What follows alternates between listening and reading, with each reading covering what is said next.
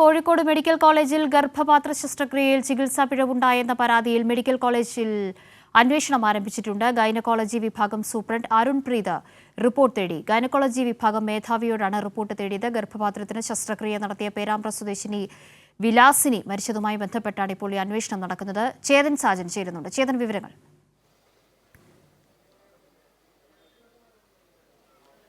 കാവ്യ, ഇന്ന് രാവിലെ 5 മണിക്കാണ് കോഴിക്കോട് മെഡിക്കൽ കോളേജിൽ പേരമ്പ്ര സ്വദേശിനി വിലാസിനി 57 വയസ്സാണ് ഈ യൂട്രസിൻ്റെ ഓപ്പറേഷന് ശേഷം നടത്തിയ ചികിത്സാ പിഴവെന്ന കുടുംബത്തിൻ്റെ ആരോപണത്തെ തുടർന്ന് മരണപ്പെടുന്നത്.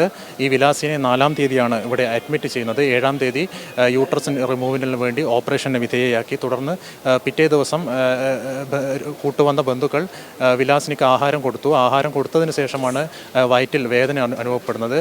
പിന്നീടാണ് ബന്ധുക്കൾ പറഞ്ഞതനുസരിച്ച് വയറ്റിൽ ഒരു ചെറിയൊരു സ്റ്റിച്ച് കണ്ടത്. ഇത് എന്താണെന്ന് ചോദിച്ചപ്പോൾ ഓപ്പറേഷനിടെ ഒരു പോറൽ പറ്റി അത് തുന്നിച്ചേർത്തതെന്നാണ് ഡോക്ടർമാർ നൽകിയ വിശദീകരണം എന്നാണ് കുടുംബം പറയുന്നത്. തുടർന്ന് ഈ വിലാസിനിയുടെ ആരോഗ്യനില ക്ഷയിക്കുകയായിരുന്നു. തുടർന്ന് 8-ാം തീയതി ICUയിലേക്ക് മാറ്റി. 10-ാം തീയതി 2ാമത്തെ ഓപ്പറേഷൻ, അതായത് ഈ വയറ്റിൽ തുന്നിച്ചേർത്ത പാട് അതിനെപ്പറ്റി അണുബാധ സംഭവിച്ചു.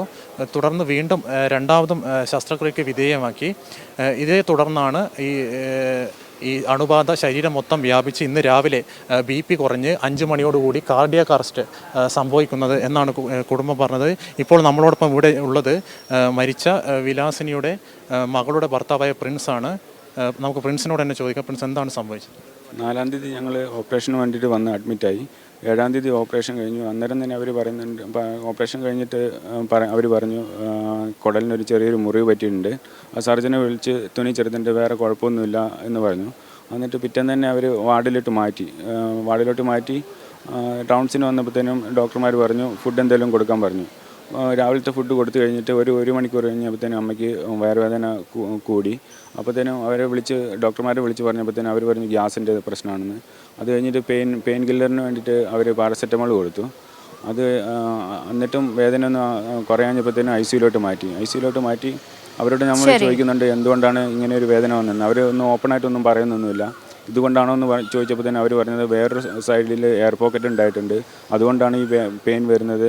ഒന്നുകൂടെ ഓപ്പൺ സർജറി ചെയ്താലേ എന്താണെന്നുള്ളതിൻ്റെ കാരണം വ്യക്തമാകത്തുള്ളൂ എന്ന് പറഞ്ഞു. അവർ പെട്ടെന്ന് തന്നെ ഓപ്പറേഷൻ തിയേറ്ററിലോട്ട് കയറ്റി. ഞങ്ങളുടെ സമ്മതം പിന്നെയാണ് അവർ മേടിച്ചത്. ഏതായാലും വിഷയത്തിൽ നിലവിൽ ഇപ്പോൾ പോസ്റ്റ്മോർട്ടം നടത്തേണ്ടതുണ്ട്. കുടുംബം പരാതിയുമായി പോലീസിനെ സമീപിച്ചിട്ടുണ്ട്. പോലീസ് അല്പസമയത്തിനകം ഇവിടെ എത്തും. നിലവിൽ ഈ സംഭവവുമായി ബന്ധപ്പെട്ട് ഗൈനക്കോളജി വിഭാഗം സൂപ്രണ്ട് അരുൺ റിപ്പോർട്ട് തേടിയിട്ടുണ്ട്. ഗൈനക്കോളജി വിഭാഗം മേധാവിയോടാണ് റിപ്പോർട്ട് തേടിയത്. റിപ്പോർട്ട് വന്നതിന് ശേഷം മാത്രമേ ഈ വിഷയത്തിൽ കൂടുതൽ കാര്യങ്ങൾ ഇനി പുറത്തു വരാനുള്ളത്. കാവ്യ, ശരി. ഇപ്പോൾ ഈ സംഭവത്തിൽ അന്വേഷണത്തിന് ശേഷം പ്രതികരിക്കാമെന്ന പ്രതികരണം ഇപ്പോൾ അധികൃതരുടെ ഭാഗത്തു നിന്നും വന്നിട്ടുണ്ട്. എന്തായാലും കോഴിക്കോട് മെഡിക്കൽ കോളേജുമായി ബന്ധപ്പെട്ടാണ് ഇപ്പോൾ ഇങ്ങനെയൊരു ആരോപണം വന്നിരിക്കുന്നത്. വിഷയത്തിൽ ഇപ്പോൾ ഗൈനക്കോളജി വിഭാഗം മേധാവിയോട് റിപ്പോർട്ട് തേടിയിട്ടുണ്ട്. വിവരങ്ങളാണ് ചേതൻ നൽകിയത്.